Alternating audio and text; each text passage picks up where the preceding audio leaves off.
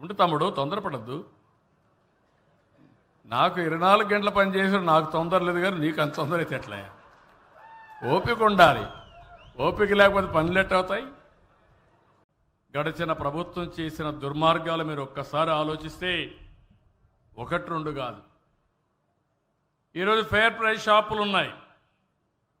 Fair price షాపుల ద్వారా మనకు నిత్యావసర వస్తువులన్నీ ఇస్తున్నాం. వీళ్ళు వచ్చి దగ్గర 2,000 కోట్ల రూపాయల పైన అప్పులు చేసి ఎండి అని పేరు పెట్టి ఏదో ఇంటింటికి రేషన్ ఇస్తామని వీళ్ళు ఇష్టం వచ్చినప్పుడు వచ్చి రోడ్డు మీద నిలబెట్టుకొని అందరినీ పరిగెత్తరమ్మని చెప్పే పరిస్థితికి వచ్చారు. ఎవరు అడిగారని చెప్పి అడుగుతున్నాం.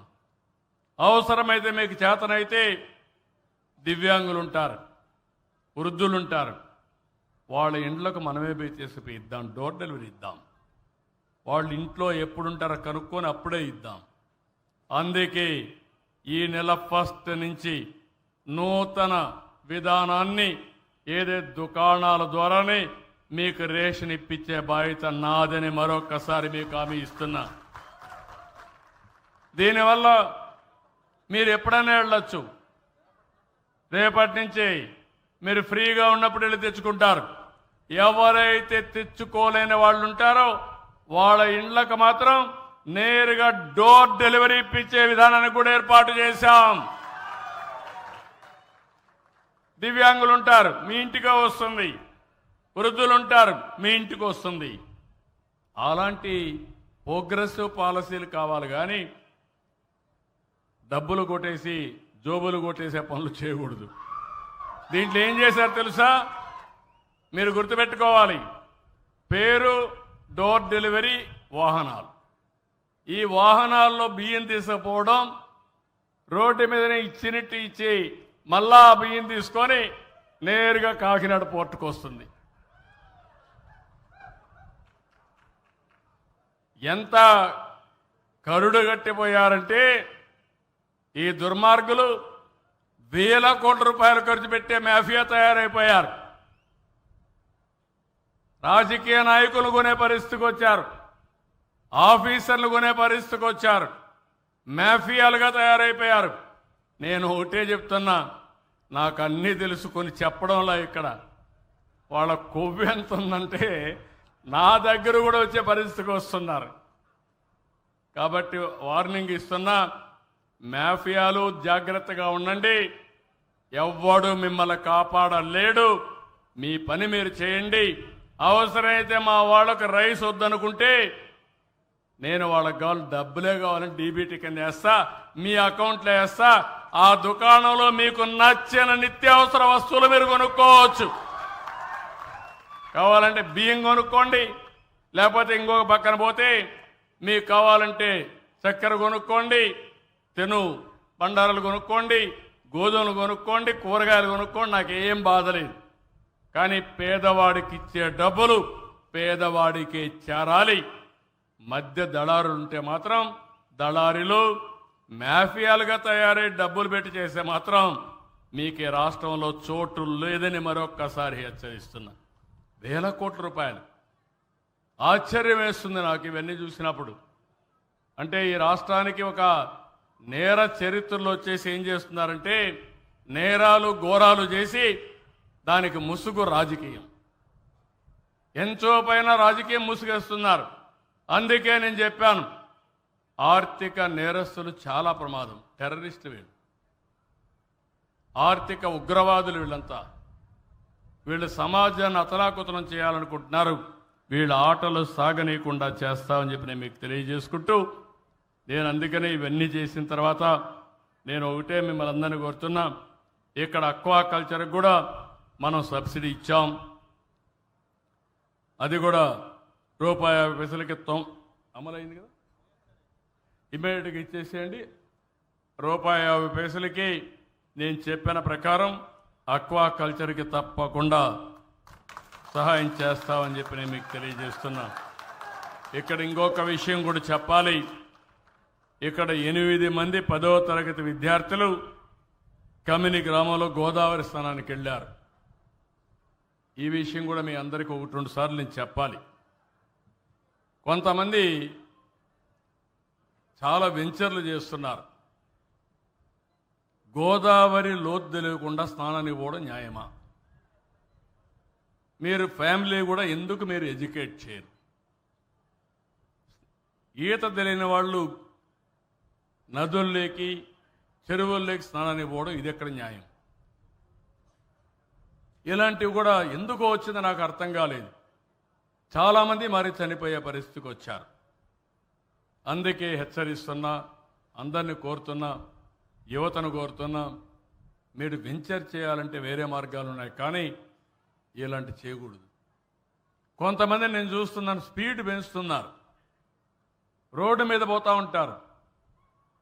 ఆ రోడ్డు మీద పోయినప్పుడు ర్యాష్ డ్రైవింగ్, తాగేసి డ్రైవ్ చేయడం, లెక్క లేకుండా వెళ్ళిపోవడం.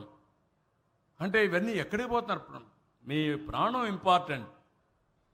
ప్రాణానికి ముప్పు వస్తుందని తెలిసినా తాత్కాలికమైన ఆనందం కోసం ఇష్టానుసారంగా పోయే పరిస్థితికి వస్తున్నారు. నేను వాళ్ళకు కూడా చెప్తున్నా, రేపు రాబోయే రోజుల్లో నేను సీసీటీవీ కెమెరాలు అన్ని రోడ్లలో పెట్టి ఎవరైనా స్పీడ్ ఎక్కువ పోయినా, తాగేసి తిరుగుతా ఉన్నా, లేకపోతే బెల్ట్ పెట్టుకోకపోయినా ఇమ్మీడియట్గా అందరిని నియంత్రణ చేస్తాను. దీనివల్ల చాలా చెడ్డ పేరు వస్తూ ఉంది రాష్ట్రానికి, మేము చేయలేకపోతున్నామని. కాబట్టి ఈరోజు మన ఎమ్మెల్యే కూడా వీళ్ళందరినీ చనిపోయిన వాళ్ళకి ఎక్స్గ్రేషియా ఇవ్వాలని ఇస్తా, కానీ ఇది అలవాటు కాకూడదు. ఆ పిల్లల జీవితాలు ముఖ్యం. కాబట్టి ఈ 10 మందికి మాత్రం ఒక్కొక్క 2 లక్షల రూపాయలు ఇస్తాం. ఇదే ఆఖరి. భవిష్యత్తులో ఇలాంటి వెంచర్ చేయొద్దని ప్రతి ఒక్కరు కోరుతున్నా.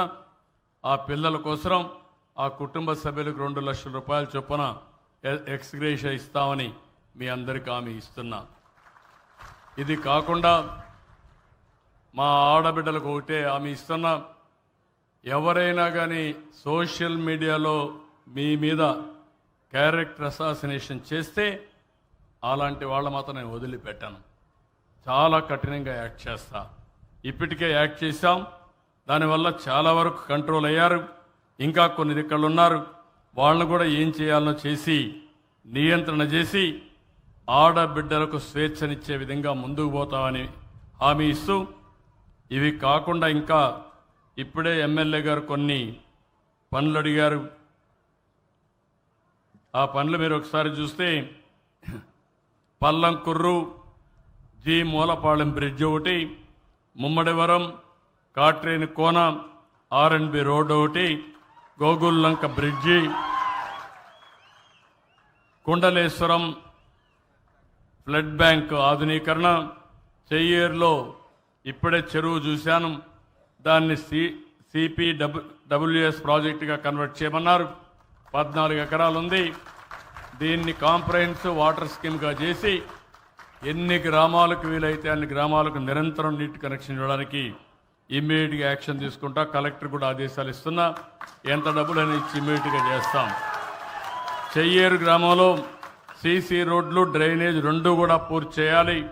దానికి కూడా ఒక యాక్షన్ ప్లాన్ తయారు చేయమని చెప్పి కలెక్టర్కి ఆదేశాలు ఇస్తున్నాం.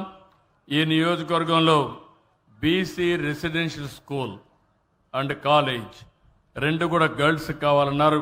తప్పకుండా దీన్ని కూడా శాంక్షన్ చేస్తున్నానని చెప్పి నేను మీకు తెలియజేసుకుంటూ, నేను ఇవన్నీ చేస్తా. మీరు కూడా ఆలోచించాల్సింది, ఎక్కడికక్కడ నేను చెప్పినటువంటి ఆదాయాన్ని గ్రామంలో పెంచే మార్గం ఆలోచించుకోవడం, మన యొక్క జీవన ప్రమాణాలు పెంచుకోవడానికి ఆలోచించడం. నేను కూడా ఈ ఒక 2 నెలల్లో ఆగస్టు 15 కంతా ఎన్ని కుటుంబాలు వీలైతే అన్ని కుటుంబాలకి P4ని లింక్ చేస్తాను. పెద్ద పెద్ద పారిశ్రామికవేత్తల్ని, NRIsని, పైకొచ్చిన సమాజంలో పైకొచ్చిన వాళ్ళందరినీ తీసుకొచ్చి ఇంటిగ్రేట్ చేస్తాను. ఈ కార్యక్రమం ఎట్లా పనిచేస్తుందో ఒకసారి మీకు ఎగ్జాంపుల్ ఇస్తా. ఇక్కడ 2 బంగారు కుటుంబాలు ఉన్నాయి. ఈ ఊర్లో 141 మంది బంగారు కుటుంబాలు ఉన్నాయి. బంగారు కుటుంబాలు చేలు పైకెత్తండి. ఐడెంటిఫై చేసిన వాళ్ళు బంగారు కుటుంబాలు. బంగారు కుటుంబాలను ఐడెంటిఫై చేసిన కుటుంబాలు అంతేనా? ఇంకా మిగిలిన రాలేదా? ఓకే, 141 మంది ఉన్నారు మొత్తం బంగారు కుటుంబాలు. ఓకే, అదే మాదిరిగా మార్గదర్శులు ఉండేవాళ్ళు తేలిపైకెత్తని ఇక్కడికి వచ్చిన వాళ్ళు మార్గదర్శులు ఒక 7-8 మంది ఉన్నారు. చాలా సంతోషం. తమ్ముడు కూడా ఉన్నారు, 9 మంది వచ్చారు. ఇప్పుడు ఒక బంగారు కుటుంబాన్ని మాట్లాడిస్తాను. ఒక ఐడియా వస్తుంది. ఉంటే తమ్ముడు తొందరపడద్దు. నాకు 24 గంటల పని చేసి నాకు తొందర లేదు, కానీ నీకు అంత తొందర అయితే ఎట్లా? ఓపిక ఉండాలి. ఓపిక లేకపోతే పనులు ఎట్ట అవుతాయి?